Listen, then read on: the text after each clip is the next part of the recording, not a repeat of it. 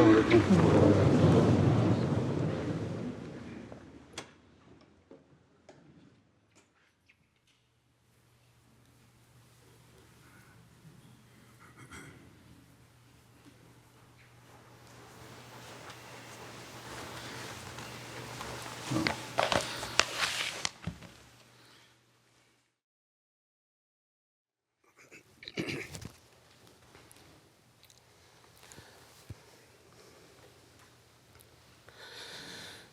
اللہ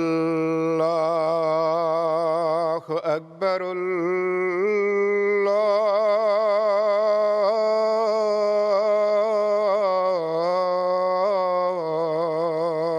اکبر.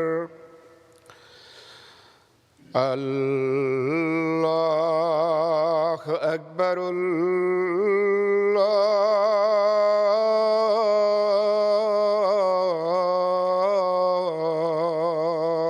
اکبر. أشهد أن لا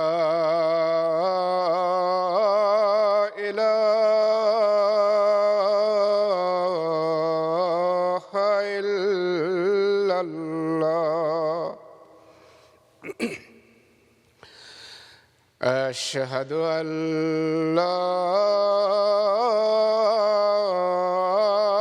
إله إلا الله.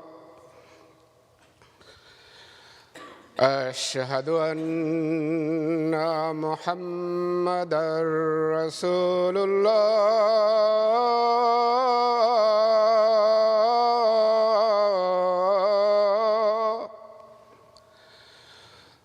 أشهد أن محمدًا رسول الله.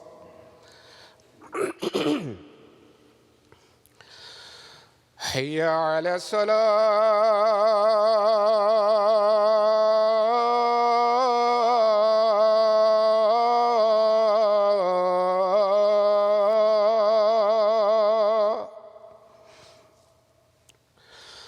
حي على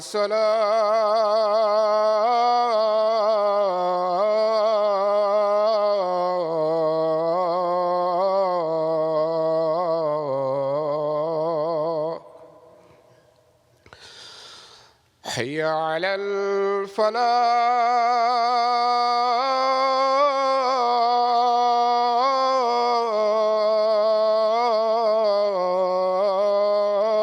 الفلاح. حي على الفلاح.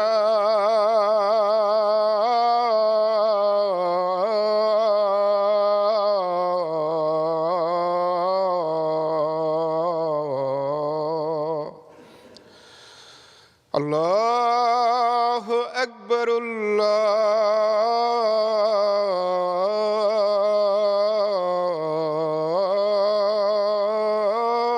الله أكبر. لا إله إلا الله.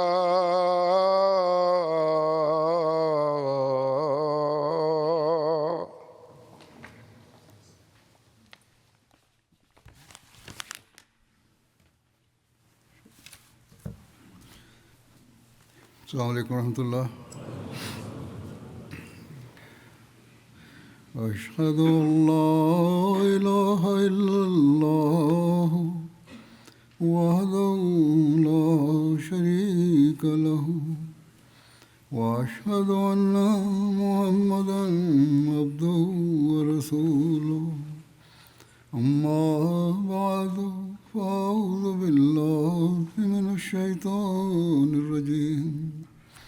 بسم الله الرحمن الرحيم. الحمد لله رب العالمين. الرحمن الرحيم. مالك يوم الدين. إياك نعبد وإياك نستعين. اهدنا الصراط المستقيم صراط الذين أنعمت عليهم غير المغضوب عليهم ولا الضالين. ادعوا إلى سبيل ربك بالحكمة والموعظة الحسنة وجادلهم بالتي هي أحسن إن ربك هو أعلم بمن ضل عن سبيله وهو أعلم بالمهتدين.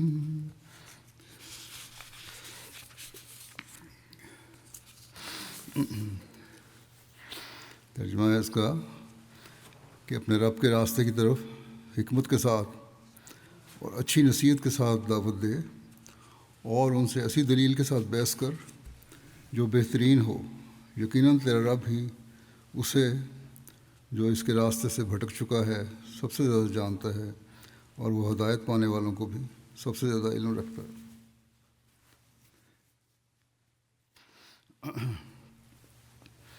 قرآن شریف میں اللہ تعالیٰ نے اس آیت میں بھی اور بہت سی دوسری آیات میں بھی جہاں تبلیغ کرنے کی تلقین فرمائی ہے وہاں آسن رنگ میں تبلیغ کرنے کی ہدایت دی ہے اور نصیحت کرنے کی تلقین فرمائی ہے تاکہ دوسروں پر اثر بھی ہو اور اس کا فائدہ بھی ہو.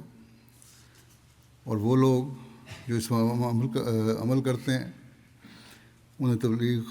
ان کی تبلیغ ہمیشہ پھل لاتی ہے، رنگ لاتی ہے. اللہ تعالیٰ کے فضل سے وہ بہت حد تک کامیاب ہو جاتے ہیں. بس اس اصول کو ہمیشہ اپنے سامنے رکھنا چاہیے. آج کل سوشل میڈیا کی وجہ سے لوگ سمجھتے ہیں کہ تبلیغ بہت آسان ہے. جو شوق رکھتے ہیں وہ یہ کام بڑے شوق سے کرنے کی کوشش کرتے ہیں. یا بعض ایسے بھی ہیں جو پبلک جگہوں پر جا کر، جہاں ان ملکوں میں اجازت ہے، پاکستان وغیرہ میں تو اجازت بھی نہیں ہے، تو ویسے بھی تبلیغ کی اجازت نہیں، تو یہ تبلیغ کرنے کا شوق جو رکھتے ہیں وہ وہاں جا کے پورا کرتے ہیں. یہ اچھی بات ہے، لیکن تبلیغ کے لیے بھی کچھ شرائط اور آداب ہیں جنہیں ہمیشہ اپنے سامنے رکھنا چاہیے، ورنہ الٹا اثر ہو جاتا ہے، جیسا کہ اللہ تعالیٰ نے اس آیت میں بھی فرمایا ہے. بس اس بات کو سمجھیں اور پھر تبلیغ کریں، کیونکہ بعض لوگ اپنی تبلیغ سے دوسروں پر منفی اثر ڈالتے ہیں اور بجائے مثبت اثر ہونے کے الٹا اثر ہو رہا ہوتا ہے. اور بعض دفعہ غیروں کو جماعت پر بھی اور جماعت کی تعلیم پر بھی اعتراض کرنے کا موقع مل جاتا ہے جو حقائق سے دور ہے. پھر بعض لوگ جو نئے اس میدان میں آئے ہوتے ہیں اور سمجھتے ہیں کہ ہمارے پاس بڑی دلیلیں ہیں. جب دلیلیں نہیں ہوتی اور مخالفین کو قائل نہیں کر سکتے، جو ٹھوس دلیل نہیں دے سکتے، تو مایوسی کا شکار ہو جاتے ہیں. حالانکہ مایوسی کوئی بات نہیں ہے. ہمارے پاس اللہ تعالیٰ کے فضل سے دلائل ہیں. ہاں، یہ اور بات ہے کسی کے پاس اس کی کسی سمجھ نہ ہو اور بیان نہ کر سکتا ہو. جماعت احمدیہ جو بات کرتی ہے اللہ تعالیٰ کے فضل سے حکمت اور دلائل کے ساتھ کرتی ہے اور اس تعلیم کے مطابق کرتی ہے جو اللہ تعالیٰ نے حضرت صلی اللہ علیہ وسلم کو قرآن کریم میں دی اور جس پر خود حضرت صلی اللہ علیہ وسلم نے عمل فرمایا. بس اس بات کو ہمیشہ سامنے رکھنا چاہیے کہ ہم نے جو تبلیغ کرنی ہے وہ آسن رنگ میں کرنی ہے. ایک دفعہ حضرت مسیح علیہ السلام نے اس بارے میں، یعنی تبلیغ کے بارے میں ایک بڑی اہم ہدایت فرمائی. آپ نے فرمایا کہ مجھ سے پوچھا گیا کہ امریکہ اور یورپ میں تعلیم اسلام پھیلانے کے لیے کیا کرنا چاہیے. کیا یہ مناسب ہے کہ بعض انگریزی خواہ مسلمانوں میں سے یورپ اور امریکہ میں جائیں اور وعظ اور منادی کے ذریعے سے مقاصد اسلام ان لوگوں پر ظاہر کریں، زبان آتی ہے تبلیغ کریں. اور فرماتے ہیں لیکن میں عموماً اس کا جواب ہاں کے ساتھ کبھی نہیں دوں گا. یہ بڑی عام بات ہے، کیونکہ جیسا کہ آپ نے فرمایا کہ صرف انگریزی خوانی ہی یا کسی زبان کے آنے سے ہی دین کا علم نہیں آ جاتا، بلکہ اس کے اور بھی بہت سارے لوازمات ہیں. اس میں علم بڑھانے کی ضرورت ہے. جیسا کہ میں نے پہلے بھی کہا ہے، یہاں بھی مختلف جگہوں پر لوگ تبلیغ کرتے ہیں، لیکن مخالفین کے سوالوں کے مکمل جواب اور مکمل علم کے ساتھ نہیں دے سکتے. اسی طرح سوشل میڈیا پہ بھی ایسا ہی ہے، جیسا کہ میں پہلے کہہ چکا ہوں. بس پہلے ہر داعی اللہ اور تبلیغ کا شوق رکھنے والے کو اپنا علم بڑھانا چاہیے، اعتراضوں کو جمع کریں. عموماً جماعتی لٹریچر میں اس کے جواب موجود ہیں، اور اگر نہ ہوں تو پھر جو ملک میں تبلیغ کی ٹیم بنی ہوئی ہے ان سے رابطہ کریں، ان سے فائدہ اٹھائیں، اور اس ٹیم میں بھی علم رکھنے والے جو لوگ ہیں ان سے مدد لیں. جیسا کہ حضرت مسیح موعود علیہ السلام نے فرمایا کہ میں تو کبھی ہاں میں جواب نہیں دوں گا. پھر آگے آپ فرماتے ہیں کہ میں ہرگز مناسب نہیں جانتا کہ ایسے لوگ جو اسلامی تعلیم سے پوری طور پر واقف نہیں اور اس کی اعلیٰ درجوں کی خوبیوں سے بالکل بے خبر، اور نیز زمانہ حال کی نکتہ چینیوں کے جوابات پر کامل طور پر حاوی نہیں ہے، اور نہ روح القدس سے تعلیم پانے والے ہیں. یہ بھی بڑی ضروری چیز ہے کہ مبلغ کا، تبلیغ کرنے والے کا روح القدس سے تعلیم پانا اور اللہ تعالیٰ سے تعلق بھی ہونا چاہیے. فرماتے ہیں وہ ہماری طرف سے وکیل ہو کر جائیں. یہ تو نہیں ہو سکتا. فرمایا کہ میرے مبلغوں کو اللہ تعالیٰ سے بھی ایک خاص تعلق ہونا چاہیے تاکہ اللہ تعالیٰ پھر ان کی تائید فرمائے. اور فرماتے ہیں کہ میرے خیال میں ایسی کارروائی کا ضرر اس کے نفع سے اقرب اور اسرع الوقوع ہے الا ماشاء اللہ. مطلب یہ ہے کہ اگر ہم ایسی بات کریں گے تو اس کا نفع کم اور ضرر زیادہ ہے الا ماشاء اللہ. بعض موقعوں پہ باعث فائدہ بھی ہو جاتا ہے، ایک دو مثالیں مل جاتی ہیں، لیکن عمومی طور پر یہی ہے کہ منفی اثر ہوتا ہے. بس ایک مبلغ اور داعی اللہ کو یہ بات ہمیشہ اپنے سامنے رکھنی چاہیے کہ جب ہم نے تبلیغ کرنی ہے تو اس کے بہت سارے لوازمات بھی ہیں جو ہم نے پورے کرنے ہیں. اگر یہ ہوگا تو تبھی ہم صحیح رنگ میں تبلیغ کر سکیں گے.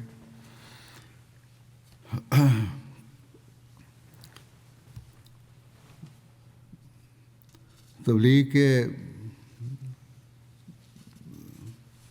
بارے میں پہلی بات ہمیں یہ یاد رکھنی چاہیے کہ اسلام وہ واحد مذہب ہے، اور حضرت صلی اللہ علیہ وسلم وہ واحد نبی ہیں جو دنیا میں اللہ تعالیٰ کا وہ پیغام لے کر آئے جو تمام دنیا کے لیے. اور اللہ تعالیٰ نے آپ کو تمام لوگوں اور تمام دنیا کے لیے، تمام قوموں کے لیے بشیر اور نذیر بنا کر بھیجا ہے اور نبی بنا کر بھیجا ہے. لیکن آج تک کی تاریخ دیکھ لیں کہ مسلمانوں کی کل آبادی آج بھی دنیا کی آبادی کے چوتھے حصے سے بھی کم ہے. اس کی کیا وجہ ہے؟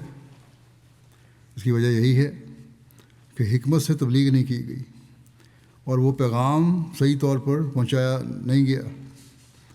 مسلمان سمجھتے ہیں کہ جہاد سے ہم اسلام کا پیغام پہنچا دیں گے، حالانکہ جہاد کی اجازت تو صرف اس صورت میں ہے جب دشمن حملہ کرے. جب مسلمانوں کو جہاد کرنے اور تلوار اٹھانے کی اجازت ملی تو وہ بھی اس وقت ملی تھی جب کافروں یا غیر مسلموں نے اسلام پر حملہ کر کے اسے مٹانا چاہا تھا. تب اللہ تعالیٰ نے قرآن شریف کی سورہ حج میں فرمایا تھا کہ اُذِنَ لِلَّذِينَ يُقَاتَلُونَ بِأَنَّهُمْ ظُلِمُوا وَإِنَّ اللَّهَ عَلَىٰ نَصْرِهِمْ لَقَدِيرٌ. یعنی وہ لوگ جن سے بلا وجہ جنگ کی جا رہی ہے ان کو بھی جنگ کرنے کی اجازت دی جاتی ہے کیونکہ ان پر ظلم کیا گیا ہے، اور اللہ ان کی مدد پر قادر ہے. بڑی بات یہ ہے. اور پھر تاریخ نے دیکھا، تاریخ گواہ ہے کہ اللہ تعالیٰ نے ان کی مدد کی اور اس پر قادر ہوا۔ بس اللہ تعالیٰ نے جب جنگ کی اجازت دی تو اس وجہ سے دی کہ ظلم ہو رہا تھا، لیکن آج کل کا جو زمانہ ہے وہ اس قسم کے جہاد کا نہیں ہے۔ دین کی خاطر کوئی جنگ نہیں ہو رہی، چاہے وہ بہانوں سے مسلمانوں کو پر ظلم بھی ہو رہا ہے، لیکن دین کا نام نہیں لیا جاتا۔ اللہ تعالیٰ نے بھی اور حضرت صلی اللہ علیہ وسلم نے بھی قرآن کریم کے جہاد کو ہی جہاد اکبر قرار دیا ہے۔ بس یہ مسلمانوں کی عمومی حالت ہے، جس کی وجہ سے آج بھی ہم مسلمان دنیا کی آبادی کے مسلمان جو دنیا کی آبادی ہے، جو مسلمان ہیں وہ دنیا کی آبادی کے چوتھے حصے سے بھی کم ہیں۔ ہمیں اس بات کو ہمیشہ سامنے رکھنا چاہیے اور اپنی ذمہ داریوں کو سمجھنا چاہیے کہ ہم نے جو حضرت مسیح موعود علیہ السلام کی بیعت کی ہے اور آپ سے عہد بیعت باندھا ہے، ہم نے اس بات پر عمل کرنا ہے کہ ہم اللہ تعالیٰ کے ساتھ تعلق بھی پیدا کریں، اس کی تعلیم کو سیکھیں اور اس پر عمل کرتے ہوئے دنیا کو بھی یہ پیغام پہنچائیں۔ بعض لوگ نیک نیتی سے کام کرتے ہیں، جیسا کہ میں نے شروع میں کہا، لیکن انہیں پوری طرح علم نہیں ہوتا، یا تعلق باللہ کا وہ معیار قائم نہیں ہوتا جو ایک داعی اللہ کا ہونا چاہیے، جس کے نتیجے میں پھر انہیں مایوسی ہوتی ہے۔ اس بات کو ہمیشہ سامنے رکھنا چاہیے کہ حضرت صلی اللہ علیہ وسلم نے بھی تبلیغ کے لیے حکم دیے ہیں اور بعض ہدایات فرمایا کرتے تھے، اور روایات میں بہت ساری روایتیں ملتی ہیں۔ ایک روایت ہے حضرت ابن عباس سے کہ ہمیں یہ حکم دیا گیا کہ ہم لوگوں سے ان کی عقلوں کے مطابق بات کریں۔ پہلی بات یہی ہے کہ جس کی جتنی عقل ہے، جتنا اس کا علم ہے، یا جس مزاج اور مذہب کا وہ آدمی ہے، اس کے مطابق اس سے بات کی جائے۔ مثلا مسلمانوں کو اگر حضرت مسیح موعود علیہ السلام کی آمد کا بتانا ہے تو ان کو قرآن اور حدیث اور ان کے بزرگوں کی کتب سے بتانا چاہیے۔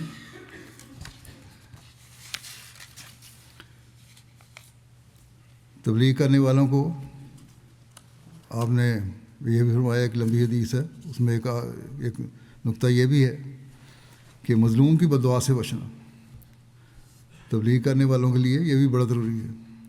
ہمیشہ اس کے اپنے اخلاق اچھے اور اعلیٰ ہوں، اور حقوق العباد کا وہ معیار ہو کہ وہ کبھی کسی مظلوم کی بد دعا لینے والا نہ ہو، بلکہ ہمیشہ مظلوم کی دعائیں لینے والا ہو۔ جب وہ دعائیں لینے والا ہوگا تو کاموں میں اللہ تعالیٰ برکت ڈالے گا۔ فرمایا اس لیے بچنا چاہیے کیونکہ اس کے اور اللہ کے درمیان کوئی روک نہیں ہے۔ بس ہمیشہ اس بات کو سامنے رکھنا چاہیے۔ تو یہ آیت جو میں نے پڑھی ہے، اس میں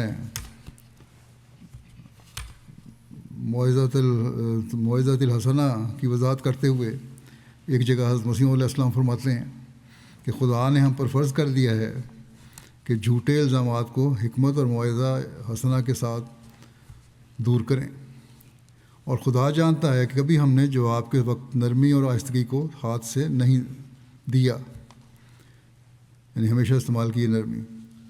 خود اپنا حال فرما رہے ہیں کہ میں تو نرمی اور آہستگی سے جواب دیتا ہوں۔ ہمیشہ اللہ تعالیٰ، یہی میرا اصول ہے اور اللہ تعالیٰ اس پر گواہ ہے، اور ہمیشہ نرم اور ملائم الفاظ سے کام لیا ہے۔ بس تبلیغ کا یہ طریقہ ہے جو ہمیں اختیار کرنا چاہیے۔ بس جو لوگ تبلیغ کرتے ہوئے مخالف کی زبان استعمال کرنے لگ جاتے ہیں، بعض وقت غصے میں آ کر، انہیں یاد رکھنا چاہیے کہ ہماری تبلیغ اخلاق کے دائرے میں ہی ہو۔ ان کے پاس دلیل نہیں ہے، اس لیے وہ غلط زبان استعمال کرتے ہیں، لیکن اگر ہم بھی غلط زبان استعمال کریں گے، اس کا مطلب یہ ہے کہ ہمارے پاس بھی کوئی دلیل نہیں۔ بعض لوگ کہہ دیتے ہیں کہ حضرت مسیح علیہ السلام نے بھی سختی کی ہے۔ پہلی بات تو وہی ہے جو میں نے بیان کی کہ آپ نے سختی نہیں کی، اور جہاں آپ نے سختی کی وہاں آپ نے لوگوں کو یہ جواب دیا کہ بجوز اس صورت کے کہ بعض اوقات مخالفوں کی طرف سے نہایت سخت اور فتنہ انگیز تحریریں پا کر کسی قدر سختی مصلحت آمیز اس غرض سے ہم نے اختیار کی کہ تا قوم اس طرح سے اپنا معاوضہ پا کر وحشیانہ جوش کو دبائے. نیت یہاں بھی نیک تھی، اور یہ سختی نہ کسی نفسانی جوش سے اور نہ کسی اشتعال سے، بلکہ محض آیت و جادلہم باللتی ہے آسن پر عمل کر کے ایک حکمت عملی کے طور پر استعمال میں لائی گئی. یہ سختی جو میں نے کی ہے کوئی دل کی رنجشیں نہیں تھیں، یہ تو ایک سبق دینے کے لیے تھا. اور دوسرا یہ کہ جو لوگ جوش میں آ جاتے ہیں ان کو جوش کو دبانے کے لیے مسلمانوں میں سے، تاکہ اگر میں جواب دے دوں تو لوگ بھی مسلمان بھی غلط قسم کے قدم نہیں اٹھائیں گے اور مار دھاڑ پر نہ آ جائیں. فرمایا کہ وہ بھی اس وقت کے مخالفوں کی توہین تحقیر اور بد زبانی کی انتہا پر ہم نے کی. جو کہیں لکھا ہوا نظر آتا ہے میرا الفاظ، تو اس وقت جو مخالفت ہو رہی تھی ان کی بد زبانی کی وجہ سے سختی کی ہے. جب اسلام اور کیونکہ جب وہ اسلام اور حضرت صلی اللہ علیہ وسلم کی توہین اور تحقیر اور بد زبانی انتہا تک پہنچ گئی تھی، جب انہوں نے انتہا تک پہنچا دی اس وقت کی. فرمایا کہ ہمارے سید و مولا سرور کائنات فخر موجودات کی نسبت ایسے گندے اور پرشر الفاظ ان لوگوں نے استعمال کیے کہ قریب تھا کہ ان سے نقص امن پیدا ہو. اس وقت ہم نے اس حکمت عملی کو برتا ہے.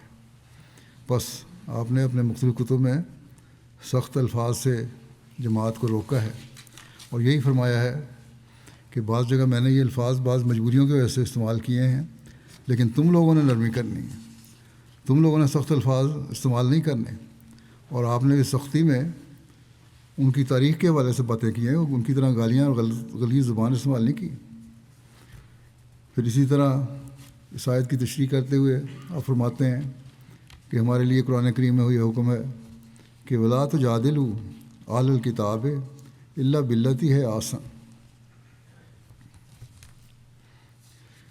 یہ سورہ عنکبوت کی آیت ہے. مطلب یہ ہے کہ اہل کتاب سے بحث نہ کرو مگر اس دلیل سے جو بہترین ہو. اور دوسری جگہ پھر آپ فرماتے ہیں کہ اللہ تعالیٰ کا یہ بھی حکم ہے کہ ادعو الی سبیل ربک بالحکمت والموعظۃ الحسنۃ وجادلہم باللتی ہے آسن. اس کے معنی یہی ہیں کہ نیک طور پر اور ایسے طور پر جو مفید ہو عیسائیوں سے مجادلہ کرنا چاہیے، حکیمانہ طریق اور ایسے ناسیانہ طریق پر کاربند ہونا چاہیے کہ ان کو فائدہ بخشے. اور یہی اصول ہر مذہب کے ماننے والے کو تبلیغ کرنے والے کے لیے ہے، چاہے وہ یہودی ہو، عیسائی ہو، ہندو ہو، یا آج کل جو مسیح موعود علیہ السلام کو مسلمان نہیں مانتے مسلمانوں میں سے، ان کو تبلیغ کے لیے بھی یہی نصیحت ہے کہ حکیمانہ طریق اور ناسیانہ طور پر کاربند ہونا چاہیے. فرمایا لیکن یہ طریق کہ ہم گورنمنٹ کی مدد سے یا نعوذ باللہ خود اشتعال ظاہر کریں، یہ غلط طریق ہے جو ہرگز ہمارے اصل مقصود کو مفید نہیں ہے. یہ دنیاوی جنگ و جدل کے نمونے ہیں، اور سچے مسلمان اور اسلامی طریقوں کے عارف ہرگز ان کو پسند نہیں کرتے، کیوں ان سے وہ نتائج جو ہدایت بنی نوع کے لیے مفید ہیں پیدا نہیں ہو سکتے. اور مسلم موعود نے بھی تفسیر کبیر میں ادعو الی سبیل ربک بالحکمت کی وضاحت کی ہے.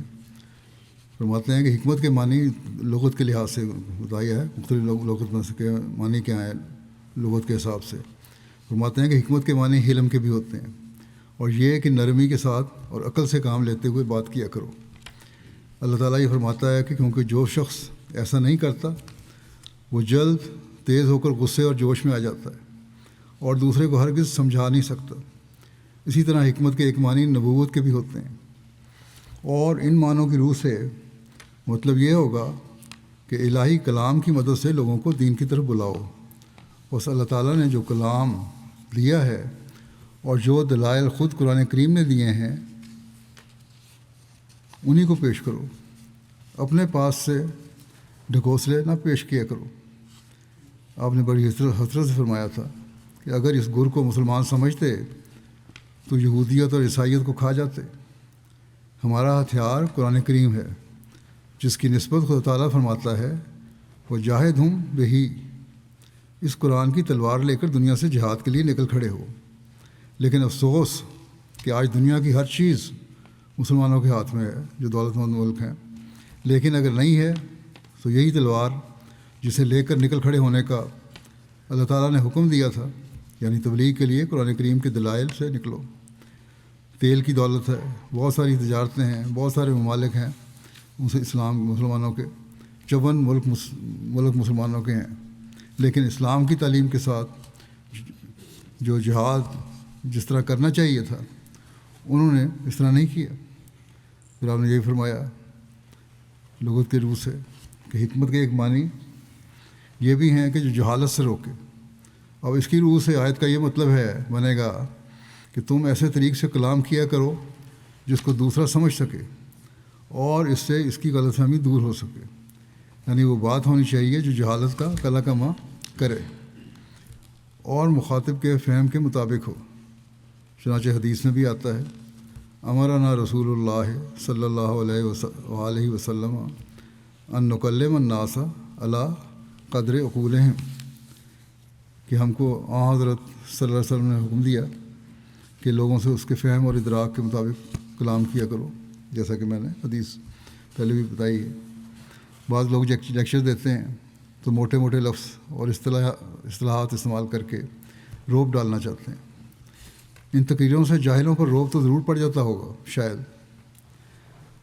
مگر فائدہ تقریروں سے کوئی نہیں اٹھاتا۔ اب یہاں بھی یہی ہوتا ہے، غیروں سے یا بعض دفعہ علماء سے ہم باتیں کرتے ہیں تو وہ بھی اس قسم کی باتیں کر رہے ہوتے ہیں، لیکن اگر اس طرح ہم نے باتیں کی تو ان کو تو پتہ نہیں فائدہ ہونا ہے یا کہ نہیں، لیکن عوام الناس کو اصل چیز سمجھ نہیں آتی، وہ بس لفاظی کے چکر میں ہوتے ہیں۔ جب آسان زبان میں سمجھائیں گے تو ہو سکتا ہے کہ سننے والوں میں سے بہت سے ایسے لوگ ہوں جن کو آسان زبان میں بات سمجھ آ جائے اور وہ ان لفاظی کرنے والوں کے بجائے آپ کی بات سن کر اس پر زیادہ توجہ دینا چاہیں۔ پھر آپ نے فرمایا کہ موافق الحق کلام کو بھی حکمت کہتے ہیں، یہ بھی لغت میں لکھا ہے۔ ان معنوں کی روح سے اس آیت کا مطلب یہ ہوگا کہ ایسی بات کیا کرو جو سچی اور واقعات کے مطابق ہو۔ بعض لوگ یہ سمجھ کر کہ ہم سچے دین کی طرف بلا رہے ہیں بعض غلط باتوں کو بیان کر دیتے ہیں۔ بعض دفعہ لوگوں سے تبلیغ میں مبالغہ ہو جاتا ہے، حالانکہ تبلیغ میں کسی مبالغے کی ضرورت نہیں ہے۔ قرآن کریم کی تعلیم کو سامنے رکھیں، احادیث کو سامنے رکھیں، حضرت مسیح علیہ الصلوۃ والسلام کے کلام کو سامنے رکھیں اور تبلیغ کریں، اور پھر معاملہ اللہ پر چھوڑ دیں۔ فرمایا کہ یہ طریقہ غلط ہے کہ غلط باتوں کو بیان کیا جائے۔ دشمن کے مقابلے میں جو بات کہو سچی کہو، دوسروں کی ہدایت دیتے دیتے خود گمراہ نہ ہو جاؤ، جیسے کہ فرمایا اللہ تعالیٰ نے کہ لا یضرکم من ضل اذا اہتدیتم۔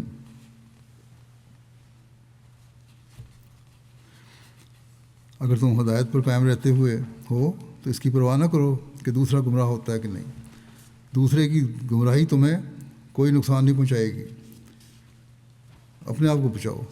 یعنی کوئی ایسی بات جو گناہ ہو، غلط ہو، اس خیال سے نہ کرو کہ اس کے ذریعے سے میں دوسرے کو ہدایت دوں گا۔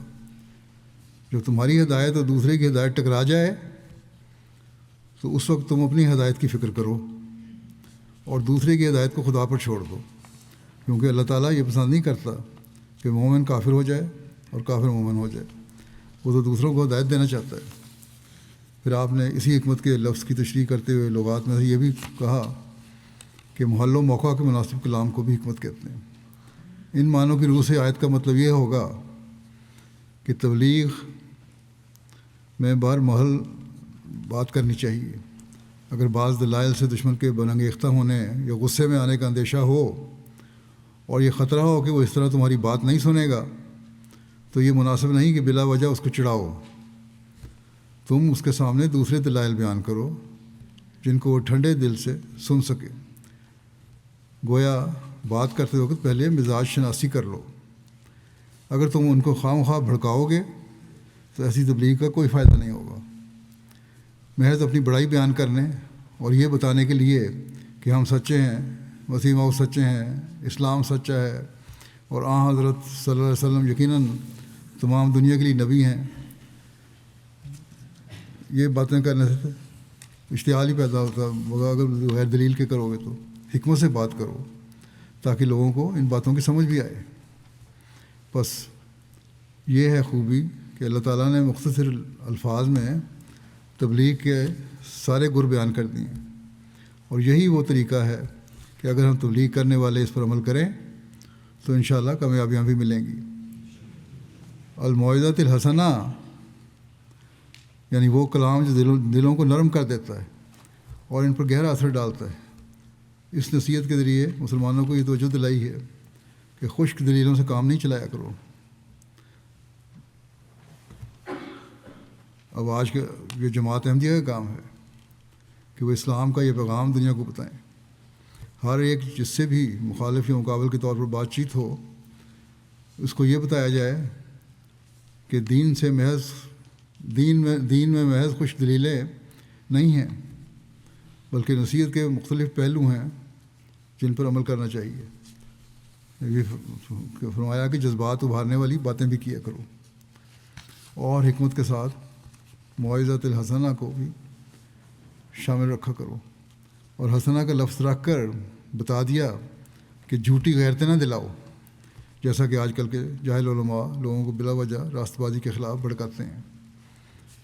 وجادلہم باللتی ہی احسن کہہ کر یہ بتایا کہ ان سے جھگڑا کرتے وقت یہ بھی مد نظر رکھا کرو، یعنی بحث کرتے وقت، کہ مختلف دلائل میں سے جو سب سے اعلیٰ اور مضبوط دلیل ہو اس کو بطور بنیاد اور مرکز کے قائم کیا کرو، اور باقی دلائل کو اس کے تابع رکھو، کیونکہ تائیدی دلیل کے ٹوٹ جانے سے اصل دلیل کو کوئی ذوف نہیں پہنچتا۔ اس کے برخلاف اگر مرکزی نقطہ کمزور ہو تو مضبوط تائیدی دلائل بھی کوئی زیادہ فائدہ نہیں دیتے۔ پھر اللہ تعالیٰ فرماتا ہے کہ اِنَّ رَبَّکَ هُوَ أَعْلَمُ بِمَنْ ضَلَّ عَنْ سَبِیلِهِ وَهُوَ أَعْلَمُ بِالْمُهْتَدِينَ، یقیناً تیرا رب بھی اسے جو اس کے راستے میں بھٹک چکا ہے سب سے زیادہ جانتا ہے، اس کے راستے سے بھٹک چکا ہے سب سے زیادہ جانتا ہے، اور وہ ہدایت پانے والوں کو بھی علم رکھتا ہے۔ بس اس میں بتلایا ہے کہ تم اچھی طرح سے تبلیغ کرتے رہو، لیکن اگر لوگ نہ مانیں تو اس سے یہ نتیجہ نکال کر مایوس نہ ہو جانا کہ ہمیں تبلیغ کرنی ہی نہیں آتی، کیونکہ ممکن ہے کہ تمہاری تبلیغ میں کوئی نقص نہ ہو، مگر مخاطب کے دل پر اس کے گناہوں کا ایسا زنگ ہو کہ خدا تعالیٰ اس کے لیے ہدایت کی کھڑکی نہ کھولے۔ غرض تبلیغ میں منہمک رہنا چاہیے، یہی اصل چیز ہے۔ ہمارا کام تبلیغ کرتے رہنا ہے، نتیجہ نکالنا اور اثر پیدا کرنا خدا تعالیٰ کا کام ہے۔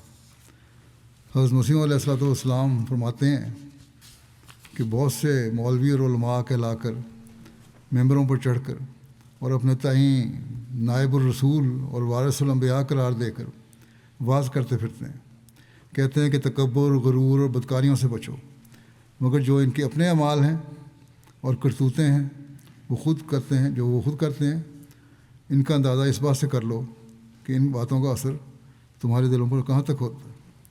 جو نیک فطرت ہے ان پہ کہاں اثر ہوتا ہے ان کا۔ بس اگر تمہارے دلوں پر ان مولویوں کی تبلیغ کا اثر نہیں ہوتا تو پھر اپنا حال دیکھ لو۔ اگر تم بھی ایسی باتیں کرو گے تو تمہاری باتوں کا کہاں اثر ہوگا۔ اس سے اندازہ کر لو کہ اگر تم تبلیغ کر رہے ہو تو پہلے اپنے عمل کو درست کرنا چاہیے اور خدا سے تعلق پیدا کرنا چاہیے۔ اگر یہ ہوگا تو تب بھی تمہاری تبلیغ صحیح ہوگی، کامیاب اور کارآمد ہوگی۔ آپ نے فرمایا کہ اگر اس قسم کے لوگ عملی طاقت بھی رکھتے اور کہنے سے پہلے خود کرتے تو قرآن شریف میں لما تقولون ما لا تفعلون کی کیا ضرورت تھی؟ لما تقولون ما لا تفعلون کی کہنے کی کیا ضرورت تھی اللہ تعالیٰ قرآن شریف میں؟ یہ آیت ہی بتلاتی ہے کہ دنیا میں کہہ کر خود نہ کرنے والے بھی موجود تھے، ہیں اور ہوں گے آئندہ بھی۔ بس یہ اس بات کی دلیل ہے کہ ایسے لوگ ہوں گے جو تبلیغ کرتے ہیں تو ان کی دلیلیں سن کر لوگ بعض دفعہ قائل تو ہو جاتے ہیں، لیکن پھر جب ان کے عمل دیکھتے ہیں تو بھٹک جاتے ہیں۔ لیکن اگر تم تبلیغ کرنا چاہتے ہو تو پھر اپنے قول و فعل کو برابر رکھو، تبھی تمہاری تبلیغ کامیاب ہوگی اور اس میں برکت بھی پڑے گی۔ پھر فرمایا کہ تم میری بات سن رکھو اور خوب یاد کر لو کہ اگر انسان کی گفتگو سچے دل سے نہ ہو اور عملی طاقت اس میں نہ ہو تو وہ اثر پذیر نہیں ہوتی۔ اسی سے تو ہمارے نبی کریم صلی اللہ علیہ وسلم کی بڑی صداقت معلوم ہوتی ہے، کیونکہ جو کامیابی اور تاثیر فی القلوب آپ کے حصے میں آئی، جس طرح کامیابی ہوئی اور دلوں میں تاثیر آپ نے پیدا کی، اس کی کوئی نظیر نہیں بنی آدم کی تاریخ میں نہیں ملتی۔ اور یہ سب اس لیے ہوا کہ آپ کے قول اور فعل میں پوری مطابقت تھی۔ بس اگر ہم نے تبلیغ کا عمل کرنا ہے اور پیغام پہنچانا ہے تو آپ کو اس طریق پر عمل کرنا پڑے گا، ہمیں اس طریق پر عمل کرنا پڑے گا، آپ صلی اللہ علیہ وسلم کی تعلیم پر عمل کرنا پڑے گا اور اللہ تعالیٰ سے خاص تعلق پیدا کرنا پڑے گا۔ پھر اسی بات کو بیان کرتے ہوئے کہ لما تقولون ما لا تفعلون، حضرت مسیح علیہ السلام ایک اور جگہ فرماتے ہیں کہ مومن کو دو رنگی اختیار نہیں کرنی چاہیے، ہمیشہ اپنے قول اور فعل کو درست رکھو اور ان میں مطابقت رکھو۔ جب صحابہ نے اپنی زندگیوں میں دکھایا، تم بھی ان کے نقش قدم پر چل کر اپنے صدق اور وفا کے نمونے دکھاؤ، تب ہی تبلیغ میں بھی برکت پڑے گی۔ پھر یہ دیکھ لینا کہ آج میرے پاس میڈیا آ گیا تو میں تبلیغ کر لوں، اس سے تبلیغ کے نتائج پیدا نہیں ہو سکتے۔ پھر آپ نے وجادلہم باللتی ہی احسن کی تشریح ایک جگہ اس طرح فرمائی کہ جسے نصیحت کرنی ہو اسے زبان سے کرو، یعنی زبان سے نصیحت کرنی ہے کرو۔ ایک ہی بات ہوتی ہے، وہ ایک پیرائے میں ادا کرنے سے ایک شخص کو دشمن بنا سکتی ہے اور دوسرے پیرائے میں دوست بنا دیتی ہے۔ الفاظ ہیں، الفاظ ایک ہی طرح کا مطلب، ایک ہی بات کہنی ہے، لیکن ایک بات ایک طرف سے کی جائے دشمن بنا دیتی ہے اور نرم الفاظ میں کی جائے تو دوست بنا دیتی ہے۔ بس وجادلہم باللتی ہی احسن کے موافق اپنے عمل درآمد رکھو۔ اسی طرح طرز کلام کا نام خدا نے حکمت رکھا ہے، چنانچہ فرماتا ہے یؤتی الحکمت من یشاء، یعنی جسے چاہتا ہے حکمت عطا فرماتا ہے۔ پھر آپ نے فرمایا کہ اسلام کی حفاظت اور سچائی ظاہر کرنے کے لیے سب سے اول تو یہ وہ پہلو ہے کہ تم سچے مسلمانوں کا نمونہ بن کر دکھاؤ۔ بس پہلی چیز یہی ہے، یہ کوئی کریڈٹ نہیں ہے کہ ہم نے تبلیغ کر دی یا ہم نے ان کو پیغام پہنچا دیا۔ پیغام پہنچانے کے ساتھ ہمیں یہ بھی دیکھنا ہوگا کہ ہم نے اپنی حالت میں کیا تبدیلی پیدا کی۔ صرف پیغام پہنچانا کافی نہیں ہے، اسی پر فخر نہیں ہونا چاہیے کہ ہم احمدی ہو گئے، ہم نے تبلیغ کر دی اور داعی اللہ میں ہمارا نام آ گیا، نہیں، بلکہ آپ نے فرمایا کہ سب سے اول یہی وہ پہلو ہے کہ تم سچے مسلمانوں کا نمونہ بن کر دکھاؤ، اور دوسرا پہلو یہ ہے کہ اس کی خوبیوں اور کمالات کو دنیا میں پھیلاؤ۔ ہاں، پھر جب نمونہ بن جاؤ گے تو پھر دنیا میں پھیلاؤ، پھر دیکھو کیا انقلاب آتے ہیں۔ جو انقلاب دنیا میں پیسے والے نہیں پیدا کر سکے وہ تم پیدا کرو گے۔ جو لوگ چند دن تبلیغ کر کے سمجھتے ہیں کہ نتیجہ ظاہر نہیں ہوا، اس کے بارے میں بھی آپ نے فرمایا کہ چاہیے کہ جب کلام کرے تو سوچ کر اور مختصر کام کی بات کرے۔ بہت بحثیں کرنے سے کچھ فائدہ نہیں ہوتا، بس چھوٹا سا چٹکلا کسی وقت چھوڑ دیا جو سیدھا کان کے اندر چلا جاتا ہے، پھر کبھی اتفاق ہوا تو پھر صحیح۔ یہ مستقل مزاجی تبلیغ کرنے والی بات ہے۔ غرض آہستہ آہستہ پیغام حق پہنچاتا رہے اور تھکے نہیں، یہ ہمارا کام ہے، تھکنا نہیں۔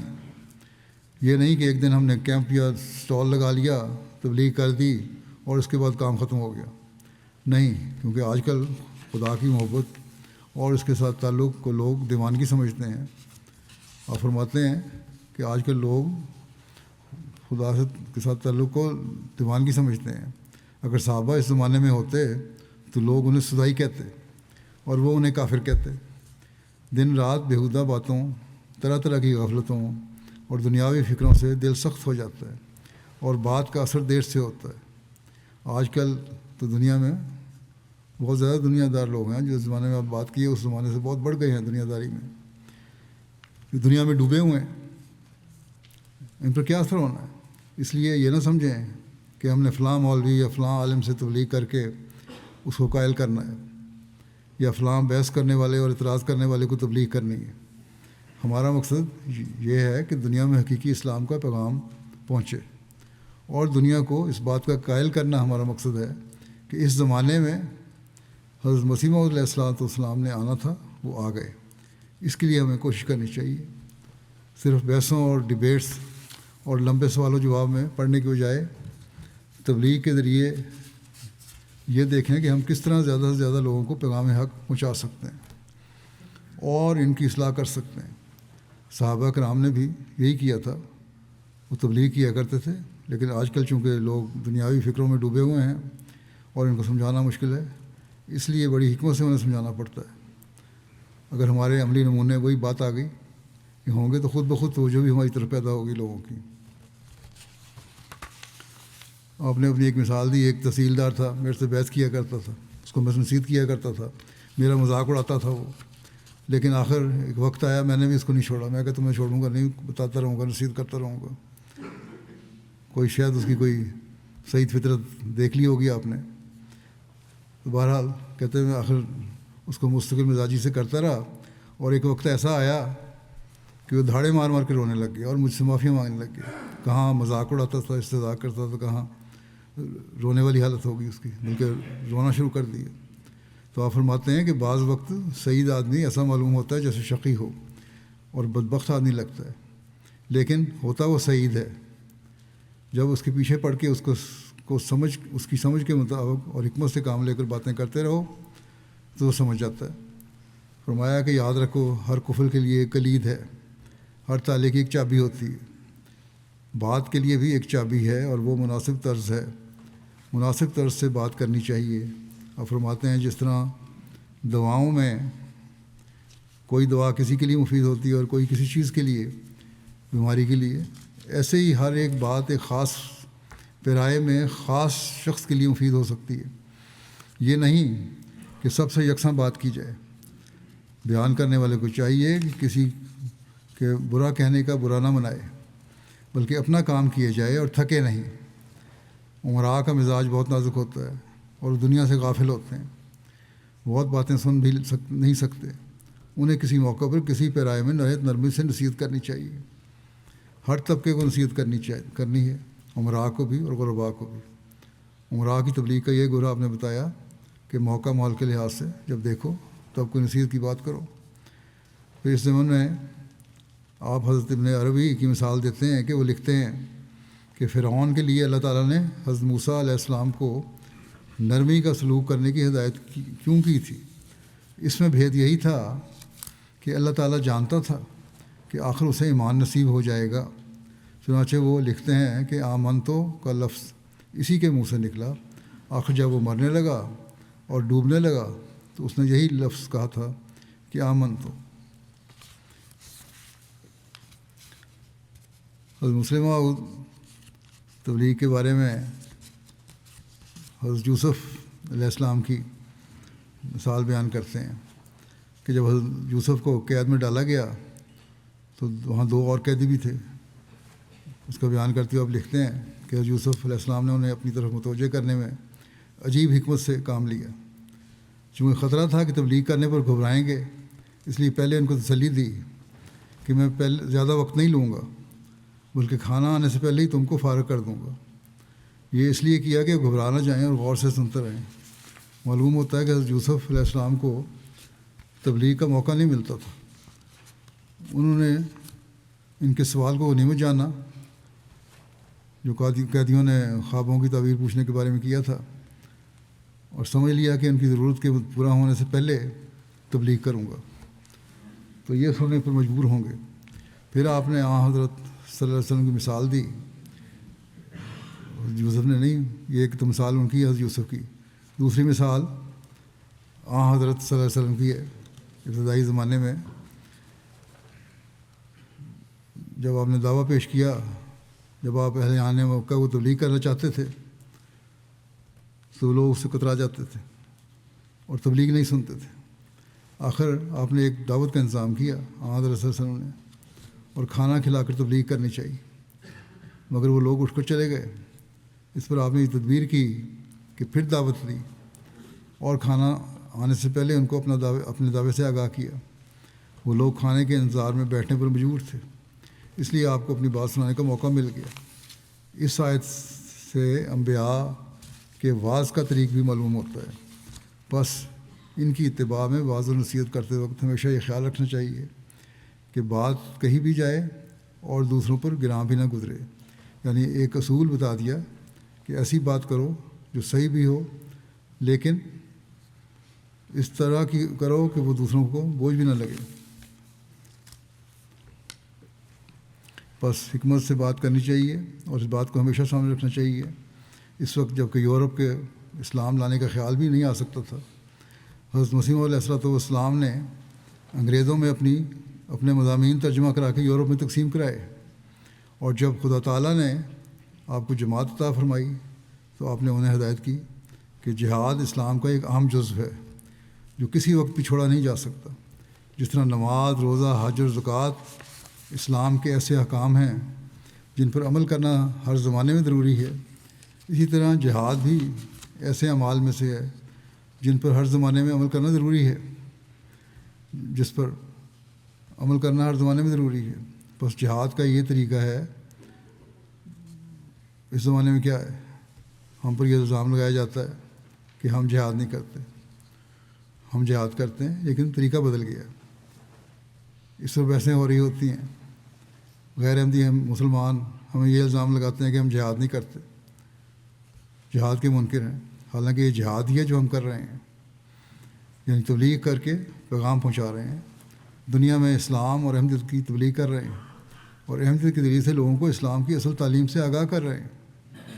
افریقہ، یورپ، ساؤتھ امریکہ، امریکہ، آسٹریلیا، جزائر میں بھی ہمارے مشن موجود ہیں، اور یہ سب کس لیے؟ یہ وہی جہاد ہے جو ہم کر رہے ہیں۔ اس لیے یہ کہنا کہ ہم جہاد کے قائل نہیں غلط ہے۔ ہاں، جیسا کہ میں نے کہا، جہاد کا طریقہ بدل گیا ہے۔ حضرت مسیح علیہ السلام نے فرمایا کہ اب جہاد تمہارا قلم کے ذریعے جہاد ہے، جو تمہارے پین کی نوکیں اور نبیں ہیں وہ تلوار کی نوکیں ہیں، بس اس کے ذریعے جہاد کرو۔ یہ دین کی اشاعت کا کام ہے اور اس کا زمانہ ہے، اور اس کے لیے یہ ضروری ہے بس اس طرح قلم سے جہاد کرنا۔ بس اس بات کو ہمیشہ سامنے رکھنا چاہیے اور دنیا کو بتانا چاہیے کہ تم ہم سے کیا بحث کرتے ہو، کہ یہ مسیح موعود نہیں ہے، یہ جن دعویٰ کی ہے، یا مسیح موعود نے اس طرح نہیں آنا تھا، یہ غلط ہے۔ ان کو ایک طرف دیکھیں، ان کو ہمیں صحیح طرح بتانا پڑے گا کہ قرآن اور حدیث کیا کہتے ہیں۔ ایک طرف وہ مانتے ہیں کہ مسیح اور مہدی نے آنا ہے، دوسری طرف انکار بھی کرتے ہیں۔ ہم ان کی بحثوں کو لغوی معنوں اور جھگڑوں میں لے کر بیٹھ جائیں تو اس سے فائدہ کوئی نہیں ہوگا۔ ان سے کہنا چاہیے کہ ہمارا اصل مقصد اسلام کو دنیا پر غالب کرنا ہے، کیونکہ حضرت صلی اللہ علیہ وسلم تمام دنیا کے لیے نبی اور رسول بن کر آئے تھے۔ آج ہماری تعداد تو چوتھے حصے سے بھی کم ہے دنیا کی آبادی کی۔ جب تک ہم دنیا کو اسلام کے جھنڈے تلے نہیں لے آتے، ہم کس طرح کہہ سکتے ہیں کہ ہم نے بہت کام کر لیا ہے؟ آج یہ ہمارا کام ہے، اور کہ یہ اس طرح کا جہاد کریں، اور تبھی ہمارا جہاد کامیاب ہوگا۔ ورنہ کیا یہ جو جہاد کرنا چاہتے ہیں مسلمان، یہ کوئی کارآمد جہاد ہے؟ اس کا کوئی نتیجہ نکل رہا ہے؟ کچھ بھی نہیں نکل رہا۔ بس یہ وہ جہاد ہے جو ہر احمدی کو کرنا ہے، جس کا حضرت مسیح علیہ السلام نے جس کے بارے میں ہمیں بتایا، نہ کہ تلوار سے، جس کا نتیجہ بھی کچھ نہیں نکل رہا۔ مسلمانوں ہر جگہ سبکی اٹھا رہے ہیں، لیکن عقل اور حکمت کے ساتھ، اور یا بتائیں جو باتیں میں نے بہت ساری ان کے ساتھ۔ تبلیغ کے ذرائع حکمت سے استعمال کریں، اللہ سے تعلق پیدا کریں۔ مربیان کو بھی چاہیے کہ افراد جماعت کی تربیت کر کے ایسی فوج تیار کریں جو یہ جہاد کرے۔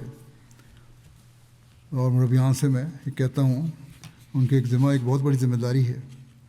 انہیں صرف تربیت ہی نہیں کرنی جماعت کی، بلکہ اس تربیت کے ساتھ ساتھ افراد کو اللہ تعالیٰ کے ساتھ تعلق میں جوڑنا ہے۔ جہاں وہ یہ کریں گے وہاں ان کا علم بھی بڑھائیں اور انہیں اس جہاد کے لیے تیار بھی کریں۔ جب وہ یہ کریں گے تبھی اپنا عہد پورا کرنے والے ہوں گے۔ حضرت مسلم موعود رضی اللہ عنہ نے مربیان کو نصیحت کرتے ہوئے ایک دفعہ فرمایا تھا کہ تبلیغ کس طرح کرنی چاہیے اور ایک مربی کو کس طرح ہونا چاہیے، بلکہ 2-3 موقعوں پر آپ نے نصائح فرمائی ہیں مربیان کو، لیکن وہ تو لمبی ہیں، کہیں موقع ہوا تو بیان کروں گا۔ اس وقت میں ان کا مختصر خلاصہ بیان کر دیتا ہوں جو ضروری باتیں ہیں ان کا۔ پہلی بات یہ ہے کہ ایک مربی کے اندر تزکیہ نفس ہونا چاہیے، وہ خود تزکیہ نفس کی کوشش کرے اور پھر آگے جماعت میں بھی تزکیہ نفس کرنے کی کوشش کرے۔ اسے تہجد کی عادت ہونی چاہیے اور پھر جماعت کو بھی عبادتوں کی طرف توجہ دلائے۔ قرآن کریم کا مطالعہ خود بھی گہرائی سے کرے اور جماعت کے افراد کو بھی مطالعہ کی طرف توجہ دلائے۔ اگر داعیان اللہ تیار کرنے ہیں تو انداز یہ ہونا چاہیے کہ انسان ذکر الہی کی طرف خود بھی توجہ کرے اور جماعت کے افراد کو بھی توجہ دلائے۔ اس طرح بھی توجہ دلائی آپ نے کہ ذاتی لائبریری بھی ایک بڑی ضروری چیز ہے، کیونکہ اس سے پڑھنے کا شوق پیدا ہوتا ہے۔ اسی طرح آج کل کتابوں کا رواج تو کم ہے، لیکن الاسلام پر ویب سائٹ پر بہت ساری کتابیں ہیں اور بہت سارا جماعتی لٹریچر موجود ہے۔ جنہیں کتابیں خریدنے کی توفیق نہیں یا ان کو اس طرح شوق نہیں پیدا ہوتا، وہ کم از کم اس طرح توجہ دیں اور مطالعے کے لیے ایک وقت مقرر کریں۔ پھر اسی طرح توکل علی اللہ ہے کہ بہت زیادہ ہونا چاہیے۔ انسان کو خوشامدی نہیں ہونا چاہیے، اللہ تعالیٰ کو ہر چیز کا ذریعہ سمجھنا چاہیے، کیونکہ اللہ تعالیٰ کے ذریعے ہی ہمیں ہر چیز ملتی ہے۔ لوگوں سے تعلقات بہتر کرنے چاہیے۔ ہمارا پی آر بھی کمزور ہوتی ہے، اس کی وجہ سے تبلیغی میدان محدود ہو جاتا ہے۔ اس طرح بھی ہمیں توجہ دینی چاہیے۔ بہت کم ہے جو تعلقات بڑھانے کی طرف توجہ ہے جن لوگوں کی۔ جب ہم اس میں بڑھیں گے اور اپنی ٹیم کو بھی آگے بڑھائیں گے تو ہمارے تبلیغ کے میدان بھی مزید کھلتے چلے جائیں گے۔ پھر بدی کی جرأت سے تردید کرنے کا بھی حوصلہ ہونا چاہیے۔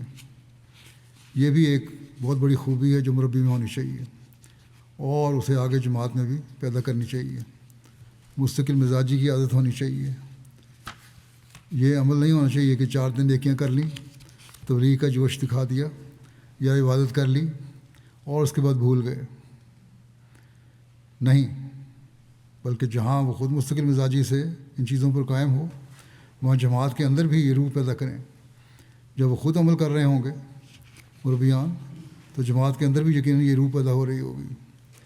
تب ایسے داعیان اللہ تیار ہوں گے جو لوگوں کے جواب بھی صحیح طریقے سے دے سکیں گے اور ان کی حالت سبکی والی نہیں ہوگی۔ جیسا کہ حضرت مسیح علیہ السلام نے فرمایا ہے کہ زبان سیکھنے والوں کو صرف تبلیغ کا طریق نہیں آ جاتا، بلکہ اصل چیز علم ہے۔ پھر غور و فکر کرنے کی عادت ہونی چاہیے، اللہ تعالیٰ سے تعلق ہونا چاہیے۔ یہ بہت ساری باتیں ہیں جو ایک مربی میں جہاں ہونی چاہیے وہاں ان کو جماعت کو سکھانے کی طرف بھی کوشش کرنی چاہیے۔ اگر یہ ہوگا تو پھر ایک انقلاب عظیم ہے جو ہم لوگ پیدا کر سکتے ہیں۔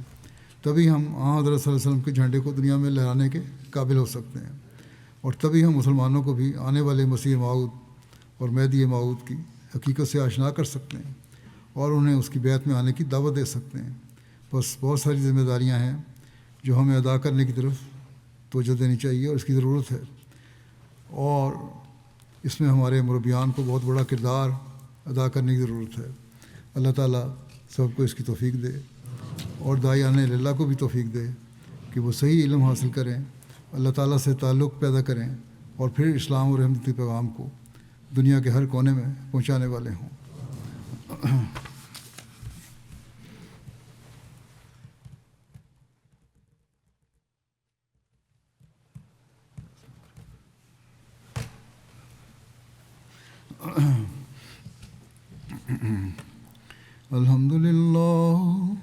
الحمد لله نحمده ونستعينه ونستغفره ونؤمن به ونتوكل عليه ونعوذ بالله من شرور أنفسنا ومن سيئات أعمالنا من يهده الله فلا مضل له ومن يضلل فلا هادي له ونشهد أن لا إله إلا الله ونشهد أن محمدا عبده ورسوله عباد الله رحمكم الله